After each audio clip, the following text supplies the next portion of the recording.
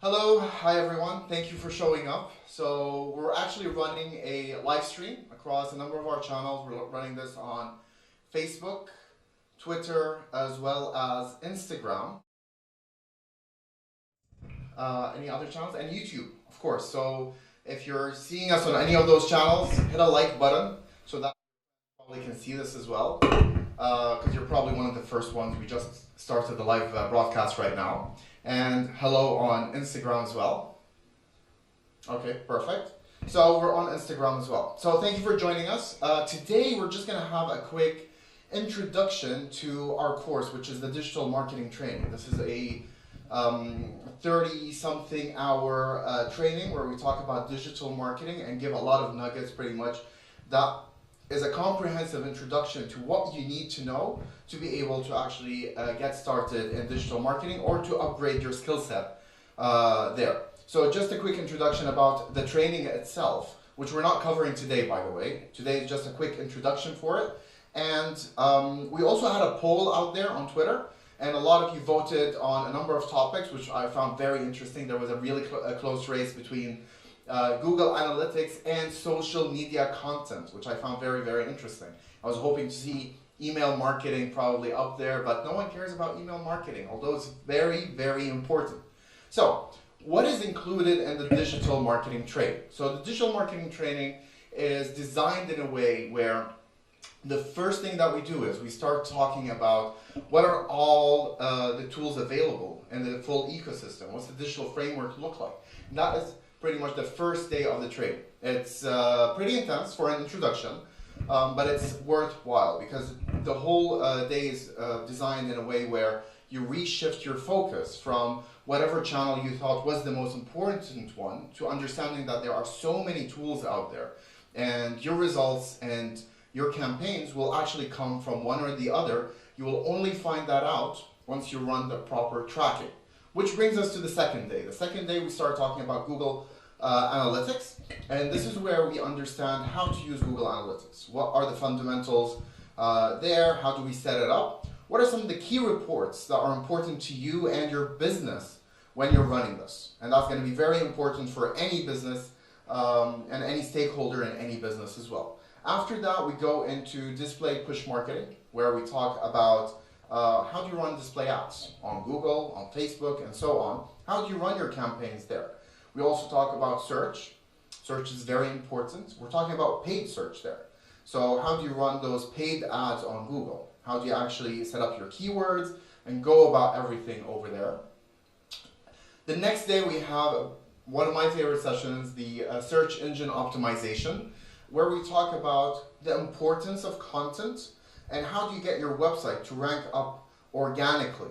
This isn't paid money. You're not actually paying Google to be in the first spot. How do you rank up organically on Google by using the right techniques and the right content as well? And we go through some details. It's one of my favorite because during that class we actually do an audit for your websites. So it's something that you need to know about the training.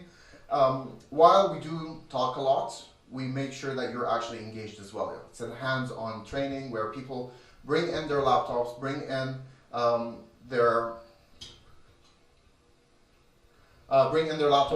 projects as well, and we do audits, live audits on your projects, your websites, and your stores if you have that set up. And this is where we actually come up with some really interesting insights on how can you improve on your website immediately, on the spot. Some really easy tricks that will help you rank higher there.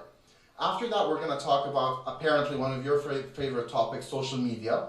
So we're going to talk about crafting a social media strategy. What kind of content are we going to be pushing out there after we defined all our channels? How are we going to exist there? How do we respond to people? And then finally, another favorite of mine, email marketing.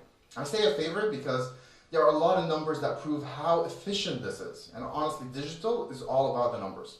Digital is a numbers game. One way of winning this game is by spending more money and being out there. The second way is actually playing it smart with the tools that you have at hand. And this is where email marketing shines. This is where you remarket to your existing customers and you're able to actually get more sales over the long run from them. So today, You had a quick, we had a quick poll again, and you selected Google Analytics and social media content as the topics that we're going to talk about today. We're going to keep it brief. It's going to be a quick introduction, a taste of what you usually get in the training itself. I'm going to leave the floor to my colleague Ahmad, who's going to talk about the first part, which is going to be the landscape and Google Analytics. Okay, thanks Muhtab. So as Muhtab mentioned, our digital marketing program, it lasts for 1 week. So this is basically just like a 20-minute introduction into what we're going to cover. So the first thing is we cover a lot of the overall strategy that's in digital marketing. So there are basically 4 main categories or buckets that we cover. So the first one is known as push marketing.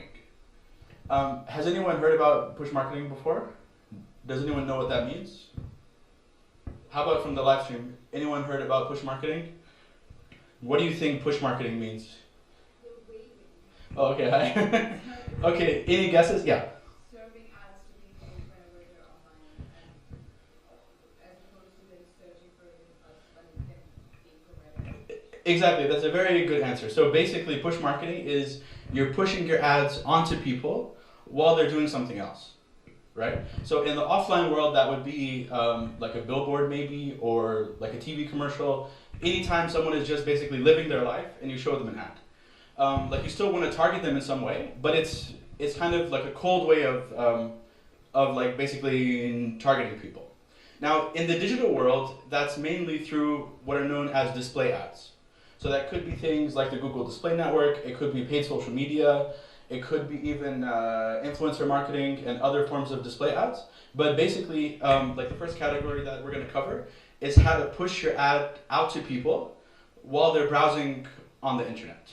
So that's the first category. The second category that we're going to cover is what's known as pull marketing. So what is pull marketing? Anybody know? It's kind of the opposite of push marketing.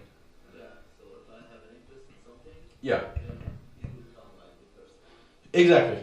So in a way, it's basically like the user has to make an effort first, and then you show them an ad based on that. So the biggest example of this is Google search, right? So if you want to look for something like, let's say, flights to Paris, right? You search for a flight, and then they show you ads from the airlines, right?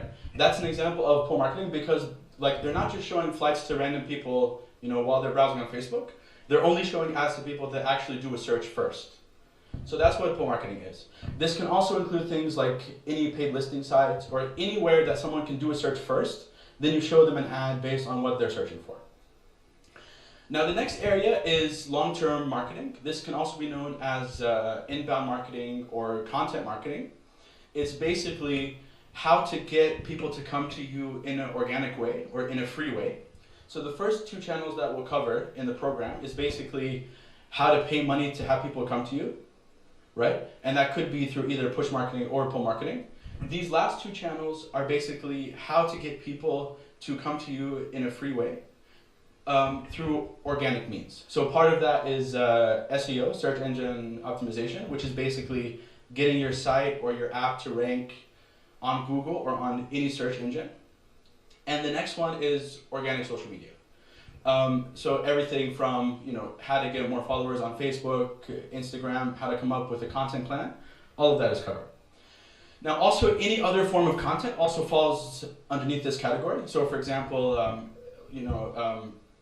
like how to come up with ideas for your blog, how to come up with ideas for videos, even podcasting, all of that falls underneath long-term marketing because it's a channel that like relies heavily on content and getting, people coming to you in an organic way as opposed to having them pay money. And the last channel that we'll cover is customer retention, which is basically once people already come to you for the first time through any of the means that we talked about, how to keep them coming back. So the main channels that we'll cover on this area is email marketing. So we'll cover things like how to capture emails, how to create things like where you give people something in exchange for their email. So that's known as a lead magnet. We also cover things like how to create automated emails like drip campaigns. So You can basically have a sequence of emails that go out to people, so like not just one email, but a whole sequence. And also things like how to remarket to people. So I'm sure that you've seen this where if you go on an e-commerce store and you start to buy something, but you don't finish the process, there's an ad that follows you across the internet. That's a remarketing ad. So we'll also cover that in the program as well. Okay, so I have a question for you. Out of all of these 4 channels, which one do you think would let you reach the most number of people in the shortest time? Yeah, so definitely push marketing because it's basically advertising to the world. So there's basically no limit to how many people you can reach through push marketing. The only trick is to target people that you think would be relevant customers or users for you. Now, okay, now let me ask another question. So out of these channels, which one do you think is the most cost effective or would give you like the most value? Yeah, so most likely these 2 on the bottom.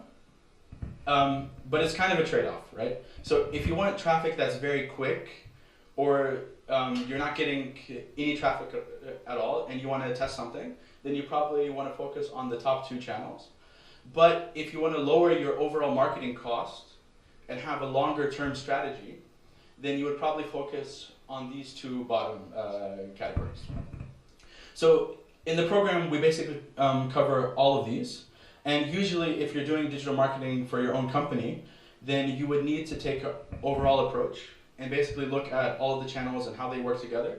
And there might be certain periods of time where you focus more on one or the other. So like let's say that it's a slow month for you and you're not getting that many sales, then you might want to like probably focus on some of the top channels. If you're spending a lot of money on marketing and you want to lower your marketing cost, then you'll probably focus on the bottom 2 more. But it's an overall strategy. Okay, so the next topic that I want to go over is basically analytics. So we asked a question on Twitter about what topics do you want us to cover? So this was one of them that was voted highest, which is basically analytics. So first of all, what is analytics? How would you define that? Yeah, business intelligence, yeah. That's true, yeah. So any form of data that you gather that's relevant for your business. So the idea basically is you're running all of these campaigns, all of these marketing campaigns, and you're spending all of this money. But the question is are all of these efforts effective for you?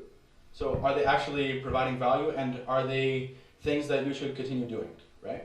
So the idea basically is you have to have some kind of way of tracking if your efforts are working or not, right? So no matter what you're doing, if you're running marketing, then you probably have some kind of end goal for your business. Either you want to sell more products, or you want to get more customers, or you want to get more leads. There's always some business goal that you have. So the idea is you want to have some kind of way to track all of this. So that's where analytics comes in. So the main one that's the most popular is known as Google Analytics, and this is the one that's currently used by more than 90% of all websites and all apps on the internet. And the reason why it's so popular is, number one, it's a free tool, so anyone can install it. Number 2 is it connects with all of Google's own platforms, so it easily integrates with things like Google Ads, also Google Search Console for SEO and all of that. And it also is one that, as long as your business is not very, very large, like I said, it's free. So like the limit basically is 200,000 visits per day. So most businesses have less than that. And if you're more than that, then you can afford to have a paid tool, right? That would be probably like the least of your problems. Okay, so another reason why we focus on Google Analytics in our program is because, not only is it the most popular one, but if you learn the principles that we talk about in the program, you can apply it to any other tracking tool that you might want to use in the future, right? So as long as you know how to use this tool, in the future, it's really easy to switch to other ones. Okay. So how does this work? So the idea basically, I'm not going to spend too much time on this, but the idea behind it is you basically have to install a piece of code on your website or your app, and that will gather data for you, and it will put it on a server and give you a dashboard where you can read all of the data. And this is done without having to have the user log in. It's basically just done on the browser. So as long as someone goes to your website on the browser, it'll track it. And you can know how many people visited you and how many people bought from you, where people are coming from, and all of that. So if you want to try this on your own, you can basically just search for a free demo account. So Google has a free demo that you can use. So if you're curious to try this out on your own, before you install it on your own website or app, just go to Google and search for Google Analytics demo, and you'll find that there's a free login. So I recommend that if you're just if you're just getting started with the tool, I recommend to try that out first, so you get a hang of how all of it comes together. Okay, so there's a few more things that I want to go over, and these are basically the key principles when it comes to tracking data online. So if you're tracking data from a user on a website or an app, there's basically 3 levels of data that you can track. So the first one is called a hit. So hit data basically means that you're tracking if the page loaded or if the screen loaded. So like let's say that you go on a certain website and you go on 5 different pages, right? It'll say that you have 5 hits or 5 page views. If you're on a mobile app, it'll say that you have 5 screen views, right? So every time you go on a new screen or a new page, it'll count as a hit. So hit data is the lowest level of data that you could track for any website or any app. And this is usually defined as a page view or as a screen view. Now the next level of data that you could track is known as a session or a visit. So a session basically means how many times did a user come to your website or your app. So like let's say that today I went on your app 5 times, and then tomorrow I also go on your app 5 times. It'll count how many hits? 10 hits, right? Because I went 5 and 5. And how many sessions? 2 sessions, right? Because I came to your website 2 times. So it's basically 2 visits or 2 sessions. And users is basically just how many people, how many humans came to your site, right? So if I look at the previous example, right, and I go on your site 5 times today, 5 times tomorrow, I'm still one person, right? So the users is just how many people came to your site. Sessions is how many times did they come to your site or how many visits, and hits is how many pages did they go on. So this is probably the most important thing that you could know about tracking, is that all data that you gather is going to fall under one of these 3 categories. Now the next thing is that all data that you'll see in your dashboard for any tracking solution that's like tracking any digital traffic will either be grouped as a metric or as a dimension. So the difference is, has anyone here used Excel pivot tables before? Yeah, so it's kind of a similar concept where data is either grouped as a number or as a dimension or as like a row in the table. So if you look at any data that you're tracking, it'll either be tracked as a dimension, which is something that's a qualitative data, so it's not a number, or it's quantitative data, which is something that is a number. So it could be like the number of visits, it could be like maybe bounce rate, it could be conversion rate. So anytime you see something that's a number, either as a percentage or as a total number, then it's a metric. If it's not a number, then it's a dimension. So examples of dimensions could be country, could be city, could be channel, could be source. So anytime you see any data in a report, always keep in mind that this report that you're seeing is grouping some kind of dimensions by some kind of metrics, right? And that makes things a lot less confusing because whenever people first start using these tools, they'll see that there are thousands of different things to look at. But if you just keep in mind that all that you have to care about is what are the dimensions that you care about and what are the metrics that you care about, and basically just find a way to group those two together. And that's the idea behind it.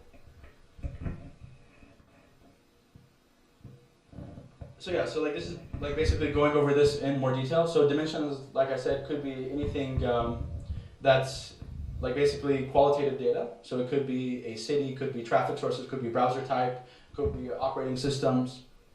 And metrics is anything that's quantitative, so number of clicks, number of conversions, conversion rate, all of that. Okay, are there any questions so far about analytics or tracking before we move on? Yeah. Okay, we have a question about bounce rate. Yeah? What's the question?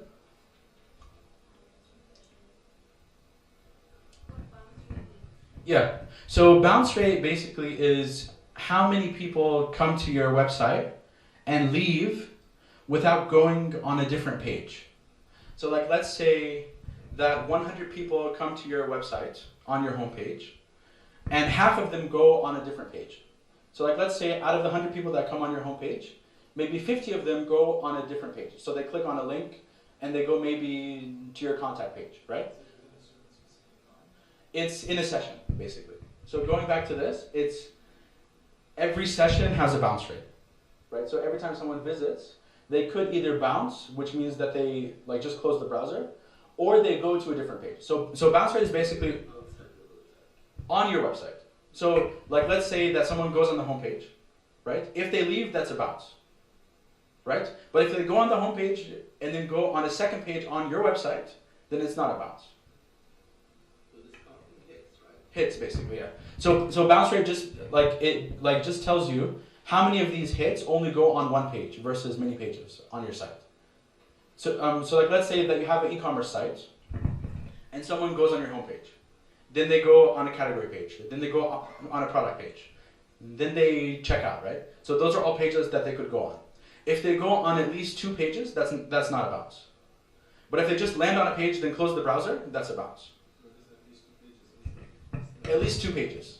Yeah. Now, there is one place where looking at bounce rate doesn't make sense. Does anyone know what that is?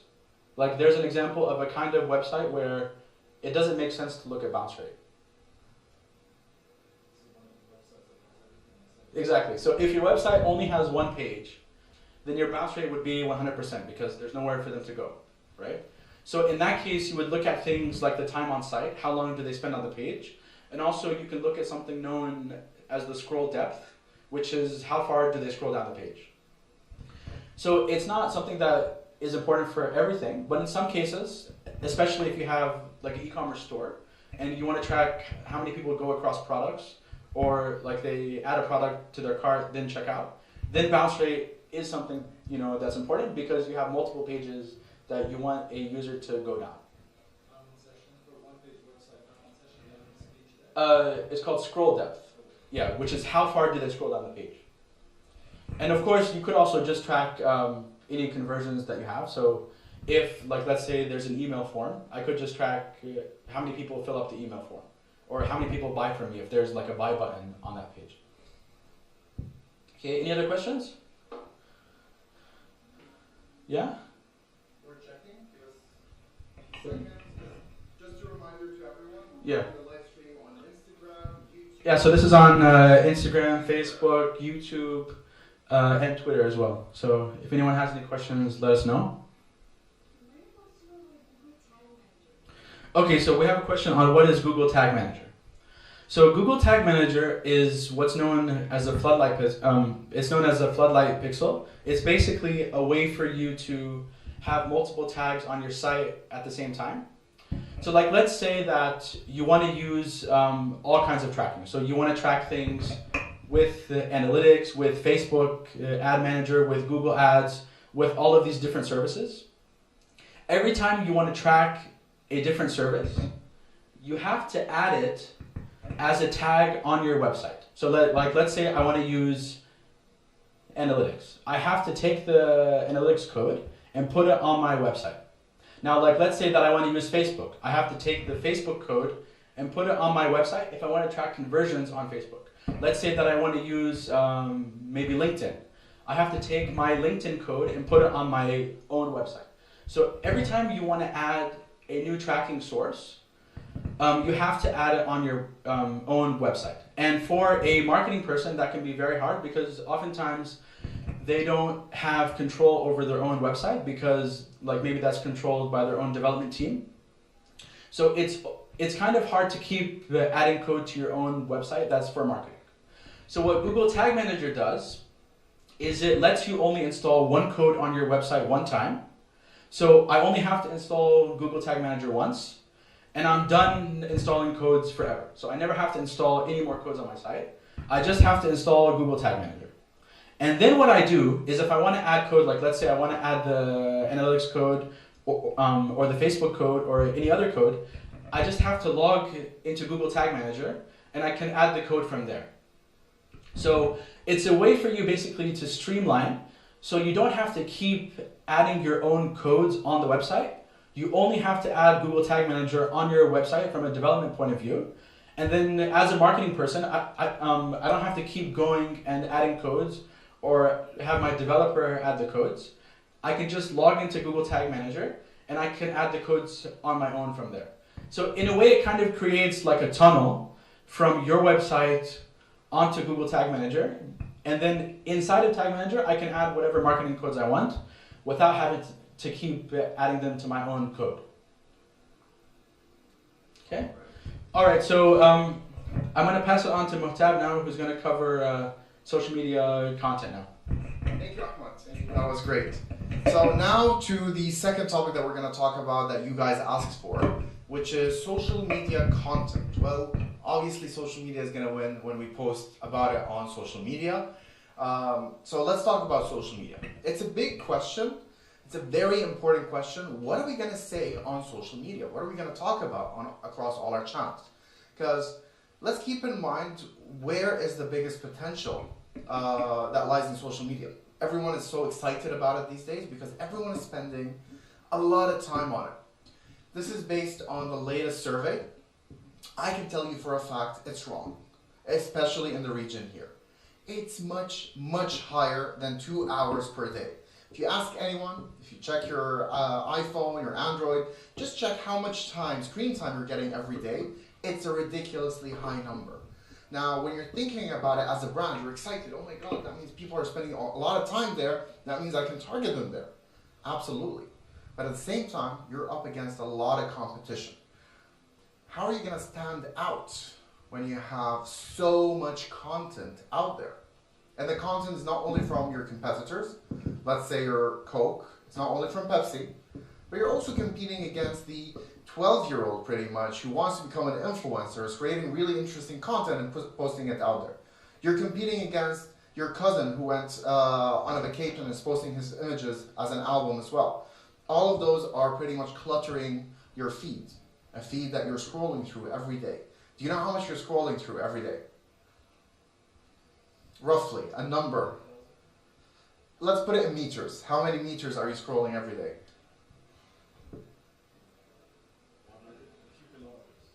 Not there yet, but it's almost 240 kilometers. Your little thumb here is scrolling is moving for 240 kilometers. Our thumbs have never been this strong. Exactly. And you know what else is 240 meters? The Eiffel Tower. It's that high pretty much. It's that much effort every day. People going through content at different speeds, something that you have to keep in mind as well. So the $1 million question, and I really emphasize on the $1 million question is, how are you going to stand out from the sea of content out there? Because if people don't pay attention to you or your content, no way are they going to actually pay money for your product. So standing out is going to be very, very important for the survival of your business. Not just to be on social media and be active on social media. It's essential for your survival of the business. And to do that properly, you need to have a proper strategy for your content and have a right understanding of the tools that you have at your, that are available to you to use to have purposeful content to drive towards your goals. So let's have a guess. So we all know that pretty much people with a purpose, people with a mission, achieve that goal. So that also applies to any business, and it applies to any piece of content as well online. So let's play a game. Let's guess online. You can mention in the comments what company has this vision or mission to make a contribution to the world by making tools for the mind that advance humankind. Online, guys watching us at home or at work during your break, don't go on Google and try to guess. Give it a quick guess. What company actually had this mission to make a contribution to the world? A huge mission here. By making tools, very important, for the mind that advance humankind. Yes. Any guesses? Absolutely. Any guesses online? Okay, we love you too. Thank you. So, for those that guessed, you're absolutely right. They recently had a big keynote announcing a lot of items, new products. It's Apple. And if you look at it historically, they stayed true to that mission through their products. Everything that they developed is with this mission in mind. This was Steve Jobs' mission, by the way. If you go online and check out their mission, this changed to something more of a tech company. This is the old mission that Steve Jobs came up with. And every item that they developed, every product they developed, had that mission in mind. And if you go to their communication and their ads, that also reflects online. Oh, he did? I missed that out. So perfect. Oh, okay. So it's coming back then, I guess. So again, if you look at all their ads, all of their ads emphasize on, we're not just giving you the best megapixels. We're giving you a tool to create great art. You see billboards in the street saying this was shot on an iPhone. Not highlighting the iPhone. iPhone is small. It's the piece of art that you were able to create using an iPhone. It's the contribution that they're making to the world, building these tools for everyone to actually use and express themselves one way or another. So having a clear mission is super important when you're online, because just like Apple does it, we should follow their example. They don't have a good morning post, guys, on Instagram or Facebook. That doesn't actually serve a purpose. Everything they do is calculated towards an objective that they have. And during the session, we usually workshop this, where we break out into groups. Each group has a CEO. They come up with a company name and a mission along with the group. And then after that, we start breaking it out into content pillars. So what kind of content can you create to support your mission? And we actually workshop it with feedback from the class as well. It's very important to have that in mind, because when you're going out there to create your content, you have a clear objective. You know exactly what you need to do. It's not like, what am I going to post today? I don't have a post prepared. Oh, I know what I do. I'll take a cup of coffee. Good morning, guys, with my logo in the background. Does it really help what you're trying to do or not? If you're selling coffee, maybe it does. But if you're not selling coffee, it doesn't really help. So that's something that we have to keep in mind when creating our content. The next very important point is, where are we going to exist? Right now, if I ask you to name how many social media channels do you know, or digital channels you know, you're going to name 10, maybe. The reality is we have so many channels out there. Every day there's something new coming out. There's a new application that is the next Facebook, the next Instagram. Just to name a few, TikTok is a new thing that came out. Well, it's not new that came out. It's been there for a while, but right now it's getting another revival and a lot of publicity from brands especially that want to actually start using it. Rightfully so, because they're going through their growth phase right now. So the question for brands here is, where should I exist? I can't exist everywhere. I can't be on every social media channel, on every digital channel, because at the end of the day, we're human and our capabilities are limited. And more so, if we're going to actually do a good job, we need to focus and give a few channels our full dedication to really excel at them. And that's something that we need to focus on. Now, how do you actually get the information to pick which channels actually fit your demographic? Because you might be surprised. Maybe your audience is not on Instagram, although probably they are today. But maybe your audience is also on LinkedIn. Like if you're a hospital and you're talking to doctors, yes, the doctor is on Instagram, but they're going to be spending more time on LinkedIn probably. How do you get that information? Where do you get those insights from? There's a report that's out there for free. Anyone online can go and download it right now. It's from a company called We Are Social. They're actually part of Hootsuite now, and every 6 months they send out an updated report on the digital numbers across the internet per country. So you can see in the behavior, people use it in a different way. Different people use it differently as well. So you have to make sure that your existence there adapts to that channel. So pick 3 that you can actually focus on and give it enough time and dedication to actually create good content for. And make sure that you're picking the channels that make sense for you. Don't go and open a LinkedIn page and focus on that if you are, for example, a tea shop. I use tea shops a lot in my examples because I'm a big fan of tea. So don't open a tea shop, for example, and go and market it heavily on LinkedIn. You will find success, but not as much as you want. The big advantage of digital is that you're able to scale with the right audience on the right channel. Pick the right channel that will fit with your brand, your identity, and your audience as well. And finally, again, don't try to be everywhere. Don't say, hey, but I'm a big company. I'm not a small startup. I probably can afford a lot of content. Yes, you can. But you have to be sustainable. Don't just post once or twice on YouTube, for example, with unique content. No, post every week, 3 times. Dedicate yourself and your effort to that channel. If you're really serious about that channel. Facebook, the same thing. Twitter, same thing. Dedicate your time to be there consistently, not just sporadically coming in and jumping out. Be there as much as you can to be sustainable. Again, it's a marathon, it's not a sprint, so you want to be there for the long run. What about maybe seasons? Seasons? In what sense? Well, if there's a season, I think you run with an intensive campaign. Very good question. So then it depends on your brand as well and your product. So let's take, for example, a very famous brand that is heavily dependent on seasons. Can you guess one? Like food in Ramadan and Absolutely, Vimto. We don't see any Vimto ads during the year. We only see them pretty much heavily once a year around Ramadan, and they go and blast everything on during that time. So that's a business decision to only focus around that time. Now, that being said, as a brand, you will have high intensities throughout your campaigns. So not everything is going to be a standard line of regular effort. At certain times, even during a marathon, you're going to push a little bit harder in a certain stretch because you know this is going to be an easier stretch for you to get more customers or sales. So you will push harder during this, probably spend more, have bigger campaigns, and then go back to your normal pace. So even after you decide on all your channels, you can then say, okay, so my calendar for the year is going to look like this. These are the base operations and communications and campaigns I'm running. On top of that, my seasonal campaigns. And that's how a lot of brands actually look at things.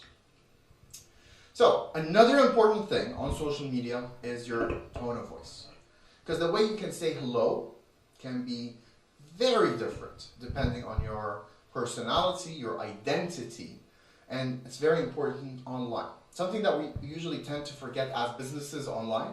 People are online to be social. Social means a human interaction, which is a give and take of communication. I'm not there to just blast my ads onto people all the time. I want to have a dialogue. And when I'm having a dialogue, I have a tone of voice. I have a way I'm actually presenting myself. And it goes beyond just the words of hi, how are you, howdy. Actually, it goes way beyond that into how you look and feel. Early in the days of advertising, there used to be something called a squint test. Anyone knows what a squint test is? This is way old, before Photoshop was a digital thing, and it was actually pen and paper and glue. Back in the day, when anyone was designing a logo, they had to run it through a squint test, which is you had to squint and look at it. And if you can still read it and understand what brand it is, then you got a good logo right there. And that's how they used to do things. Same thing applies on social. Because yes, you're not going to be squinting while reading, but you're scrolling, remember? People are going to be rushing through your content. You want to make sure that while people are rushing through that content at God knows what speed to climb up that Eiffel Tower, you stand out. You get them to pause for a second and say, hold on, I remember that logo. Hey, and this is a really nice piece of content.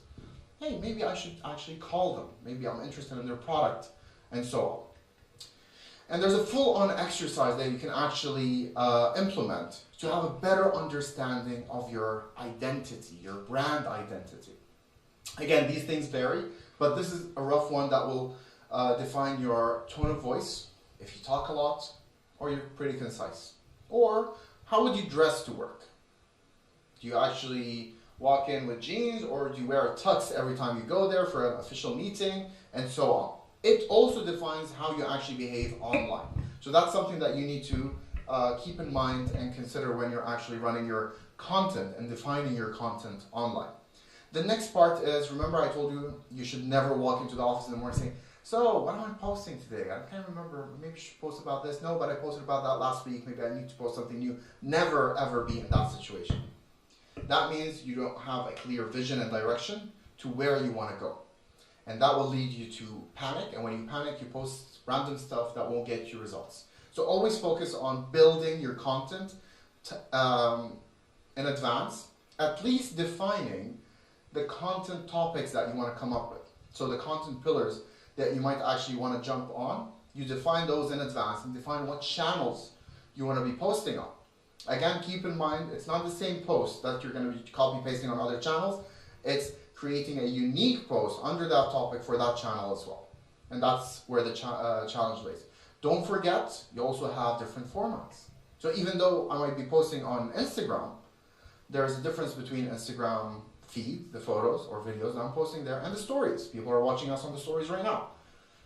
Keep that in mind when you're building your content calendar and your content for your brand.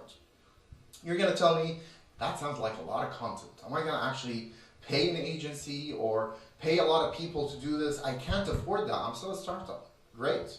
My 12-year-old niece is shooting great content on her phone. And I'm sure so can you.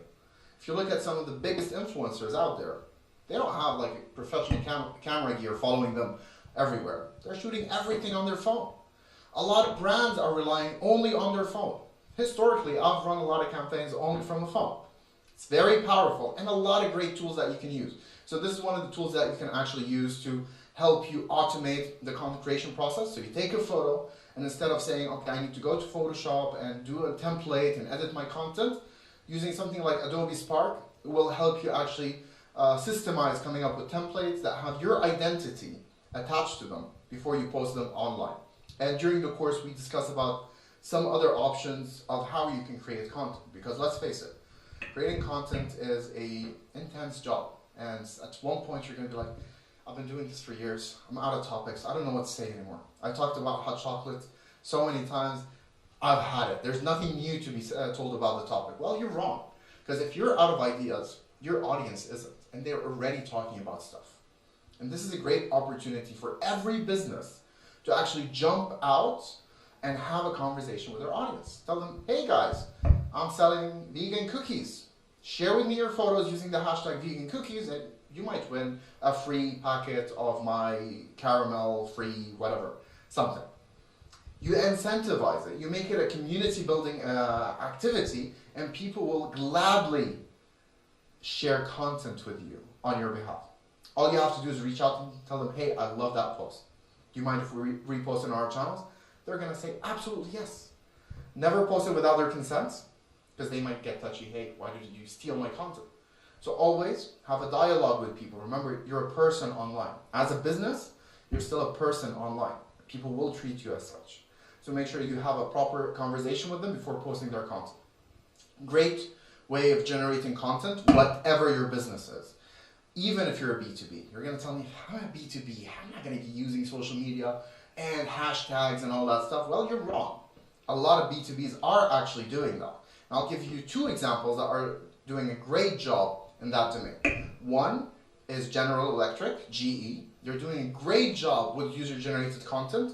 Actually, when social media first started to become a thing, they hired a full-time employee from a social media competition. They said, share photos using the hashtag GE something. And the winner got a contract for a full year to come in and shoot their social media content. That's GE. They're always actually trying to be very innovative in the use of the medium. The second one is a shipping company. You're going to say shipping companies, really? They have over 100, last time I checked, 140,000 followers on Instagram for a shipping company. I'm not talking like DHL or something. They ship containers. Exactly. That's the reaction. Everyone says shipping containers, Instagram. I don't know. Like Instagram is usually inspirational. They managed to do that. Every captain, it's Maersk. Yeah. So every captain of their ships from Maersk, they actually tell them share a photo from every port that you go or every video that you go to, and their content manager, all he has to do is look at all the tweets, all the mentions from all their captains on their whole fleets, and pick the nice ones for that day. It's as simple as that. And if you go and check out their feed, beautiful photography, amazing photography. And guess how they shot it? It wasn't with an expensive DSLR or mirrorless camera, it was with a phone. Because that's what captains have on their hand. So opportunities are out there, you just have to reach out and grab them. Next, don't waste your time going in every day and posting the content. Once you have that vision, you're well prepared, you can batch everything up. You can create content in batches, and you can schedule it in a batch to go out as well. That will make your life easier, everyone's life easier as well, and will give you enough time not to panic about what to post, to have clear vision and visibility on what to put out. These are some of the tools that people use. Buffer, Hootsuite are one of the top tools used. Do we have any questions? Yes. AS wants to know which is one of your favorite analytic tools for social media. Oh, so for analytics, interesting question, because when you're measuring success on social media, it can be a little bit tricky. A lot of people, the first metric they look at is how many followers do I have? And that's not always the right, that's rarely the right number to look at, if ever. The right numbers are actually have to do with your business results. What are you trying to achieve? Keep in mind that social media is just a tool to help you achieve those. So one of the best tools that you can actually use to track everything would be Google Analytics. Because through that, you're going to be measuring the sales that are happening as well through your social channels and tracking all that. After that, some of the very powerful tools that you can use on social media to keep track of yourself and your competitors, I would look at two. One is Social Bakers. Social Baker is one of the top tools out there when it comes to analytics. And another one is called Quintly as well. So you have two options for tools to look at out there for analytics. Hope that answers your question, Elias. And we have Hamza. Share your past work portfolio effective content compared to company objective content. So your portfolio content. If you're an artist, that's proof of how creative you are. So everyone knows that you're a great photographer because you actually shared your portfolio and your kind of work. So yes, it would serve as a good content pillar. And even as companies, you want to share pretty much your past, your achievements, and even your products. You want to mention that we now have this product that does 1, 2, 3, 4. If you look at all successful Kickstarter campaigns, they're not a lifestyle campaign with the product in the backdrop. No, they're focusing heavily on the product and talking about the unique selling points of that product so that you're actually sold on the idea and buying it. So the product itself, if it's powerful, people will share information about it. Just look at Apple. Everyone wants to be Apple, but they focus not only on the features, but what you're able to achieve with those features that they promote. Any other questions? Wow, a lot of questions. Let's go. We are managing an online store. Should I focus posting all my items every day as my content, or should I also give time with live content and others? My goal is to increase my daily sales organically. Absolutely, brilliant question. Now, it's a little bit more complicated than just what should I post, because even if you're doing this organically, Christian, I wouldn't recommend that you just rely on organic reach.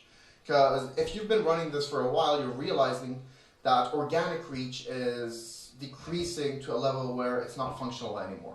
Less than a 1% organic reach on Facebook is not really something feasible for a business to depend on. So you need to actually invest a little bit in your ad campaign. Something that we talk about during our training is how do you actually make use and build a proper funnel for your campaign or product. So you would start, for example, with getting a sense of their interest in the product itself using lifestyle content, and that has your content there, and then retargeting people that actually engage with the content, giving them a hard sell on the product. That would be one of the tactics you might So, this is pretty much a summary of the course itself. The course itself is actually 5 working days or 8 days on weekends, including after hours. You can find out more if you go to this link, academy.astrolabs.com/keep-learning. Questions? We do have a question. Is 10 to 20 second product videos best for my teams, or should I simplify and focus? Oh, brilliant question. It depends on the product and what are you trying to say and where are you using that content in your campaign, because that will actually be a variable that you need to test.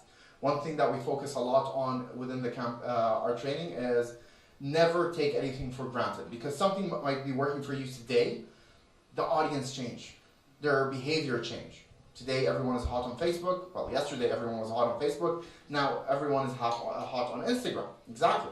So that behavior changed. So people were hot on photos. When I first started, content calendars were text. Yes, I was that old pretty much in the field. So when we first started with our content calendars for brands, it was text only. And images were far in between. And when we had an image, that was like, whoa, we had an image. When video was introduced, we were like, wow, this is a game changer. We can now post images online on our social feeds.